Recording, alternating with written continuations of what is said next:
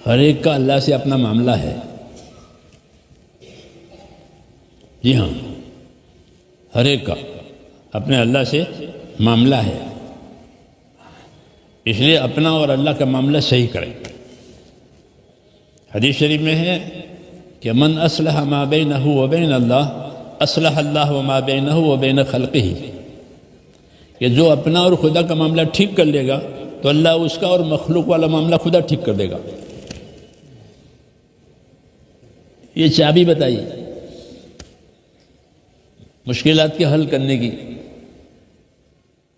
کہ اپنا اور خدا کا معاملہ ٹھیک کر لیا کہ بھائی وہ پھر نیچے والا معاملہ ٹھیک ہو جائے گا. وہ جب اوپر سے معاملہ بگڑے گا پھر نیچے والا بگڑے گا. سمجھ آئیں گے بات؟ اسے فرمایا کہ من اصلح ما بینہ و بین اللہ اصلح اللہ ما بینہ و بین خلقہ، کہ جو اپنا اور خدا کا معاملہ ٹھیک کر لے تو پھر نیچے والے سارے معاملے ٹھیک ہو جائیں گے. کیونکہ اوپر سے فیصلے آتے ہیں. کیا آتے ہیں؟ فیصلے. مخلوق بھی اللہ کی ہے، فیصلہ بھی اللہ کا ہے. یہ مخلوق ہے، زمین آسمان چاند سورج ہم سب. تو مخلوق کس کی ہے؟ اللہ کی. اور فیصلہ کس کا؟ وہ بھی اللہ کا.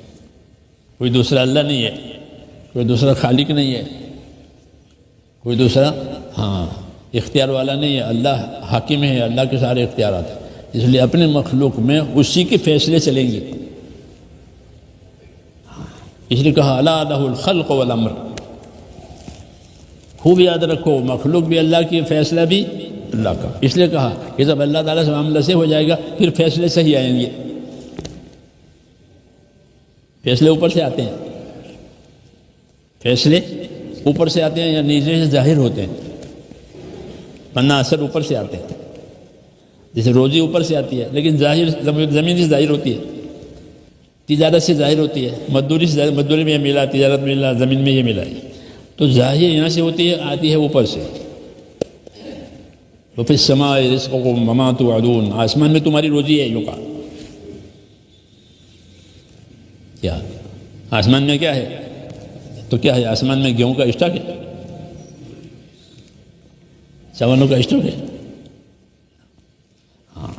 کہ آسمان میں روزی کے فیصلے ہیں. آسمان میں روزی کے فیصلے ہیں. جس کو چاہیں گے زیادہ دیں گے، جس کو کم دیں گے. آسمان میں زندگیوں کے فیصلے ہیں. اس کی زندگی لمبی ہو گئی، اس کی زندگی مختصر ہو گئی. تو اپنی مخلوق اللہ کی ہے اور فیصلہ بھی اللہ کا چلے گا، اور کسی کا نہیں چلے گا. یہ باتیں سمجھائیے. اس لیے کہا کہ تمہارا تعلق اللہ تعالیٰ سے صحیح ہو جاوے. کیا ہو جاوے؟ اللہ سے اپنا تعلق صحیح کر لیا کہ باقی سارے مسئلے اللہ صحیح کرے گا. من اصلح ما بینہ و بین اللہ اصلح اللہ ما بینہ و بین خلقہ. یہ ہے. تو اللہ سے معاملہ صحیح کرنا یہ تبلیغ. اصل اللہ سے معاملہ صحیح کرنا یہ دین. یہی دین ہے، یہی تبلیغ ہے. کوئی نئی بات نہیں کہی جا رہی ہے. جو بات نوح علیہ السلام نے کہی تھی وہی بات محمد صلی اللہ علیہ وسلم نے کہی ہے. کہ نوح علیہ السلام بگاڑ کے زمانے میں آئے تھے، حضور صلی اللہ علیہ وسلم بھی بگاڑ کے زمانے میں آئے تھے. جو انہوں نے کہی وہ آپ نے بھی ایک ہی بات، دوسری بات نہیں ہے. کیوں کہ اللہ سے معاملہ ٹھیک کرنا ہے. کیا کرنا ہے؟ اللہ سے معاملہ ٹھیک کرنا. پھر اس میں یہ بات بھی ہوگی کہ اللہ تعالیٰ سے اپنا معاملہ ٹھیک کرنے میں ناگوائیاں آئے گی. جیسے نیا مکان بنانا ہو تو پرانا توڑنا پڑتا ہے، اس کے پیسے دینے پڑیں گے، توڑنے کے بھی پیسے دینے پڑیں گے، اور ملبہ پھینکوانے کے پیسے دینے پڑیں گے. پھر نیا سامان بھی خریدنا پڑے گا. یہ سب پھر کیا بات ہے کہ نیا بن رہا ہے تو اس کو کوئی نقصان نہیں کہتا. کہتا ہے کسی توڑنے میں اتنا نقصان ہوا، ملبہ پھینکنے میں اتنا نقصان ہوا. کوئی نہیں کہتا، کیونکہ نقصان ایک بہت بڑے مقصد کے لیے ہے، اس لیے یہ نقصان نہیں، اس لیے مسلمان کا نقصان نہیں ہوتا۔ جبکہ وہ دین کے لیے کوئی کام کر رہا ہو تو اس کا وہ نقصان نہیں ہے، اس کو مذہب کی زبان میں قربانی کہتے ہیں۔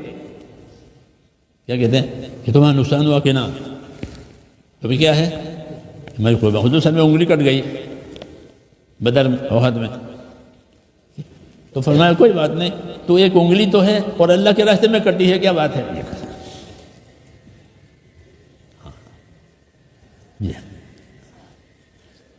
یہ کہتے اللہ کے راستے میں کٹی ہے، تو یہ کوئی نقصان نہیں ہے، کیونکہ یہ نقصان ہے کسی بڑے کام کے لیے، تو جو نقصان کسی بڑے کام کی آمد کے لیے ہو رہا ہو وہ نقصان نہیں مانا جاتا، بلکہ وہ کیا کہا جاتا ہے، اس کا نام قربانی ہے۔ اس لیے اللہ سے جو امیدیں پیدا ہوگی اور یقین پیدا ہوگا وہ قربانیوں سے ہی پیدا ہوگا، کہ اللہ سے امید کہ وہ قربانیوں سے پیدا ہوتی۔ ان الذين آمنوا والذين هاجروا وجاهدوا في سبيل الله اولئك يرجون رحمت اللہ واللہ غفور رحیم۔ کہ جو لوگ ایمان لائیں گے، ہجرت کریں گے، اللہ کے راستے میں جد و جہد کریں گے، یہ وہ لوگ جو اللہ کی رحمت کے اور مدد کے امیدوار ہیں، ان کا امید کرنا چاہیے۔ جیسے پرانا توڑ رہا ہے کہ ہاں ان کا نیا لگانا چاہیے، وہ پرانا نہیں، میرا پرانا نہ ٹوٹے، میرا پرانا، تو نیا بھی نہیں بنے گا، ہے نہیں بات؟ تو یہ کہا کہ جو ایمان لائیں گے، ہجرت کریں گے، ایمان کے بعد ہجرت سب سے بڑی قربانی تھی۔ مہاجرین پوری امت میں سب سے بڑی قربانی والے ہیں، حضور صلی اللہ علیہ وسلم خود مہاجر ہیں، حضور صلی اللہ علیہ وسلم خود بھی مہاجر ہیں، کہ اپنے بھی وطن چھوڑ دیا ہے، جی نہیں چاہتا تھا وطن چھوڑنے کا، جب جا رہے تھے تو مکے کو دیکھ کر کہے مکہ میرا بالکل جی نہیں چاہتا تجھے چھوڑوں، لیکن میری قوم ہے جو مجھے تنگ کر رہی ہے۔ آدمی وطن نہیں چھوڑنا چاہتا، ہاں تو وہ وطن تو مکہ جیسا وطن دنیا میں نہیں ہے، ایسا وطن دنیا میں نہیں ہے۔ ہوتے آدمی کو وطن سے محبت ہوتی ہے، خاندان سے محبت ہوتی ہے، تو ہجرت ہوئی، اس لیے بڑی قربانی ہوئی مہاجرین کی، قربانی دی ہے، بڑی قربانی مہاجرین کے طبقے کی۔ ان الذین آمنوا وہاجروا، ایمان کے بعد دوسرا نمبر اللہ کے اطاعت میں ایمان لانا، یہ تو سب سے پہلا، اور پھر کہ ہجرت کرنا، پھر جان مال لگانا، کہ ہاں یہ سچے ہیں، یہ اللہ کی رحمت کے امیدوار ہیں اور اللہ غفور الرحیم ہے، ان کی امید پوری کریں گے۔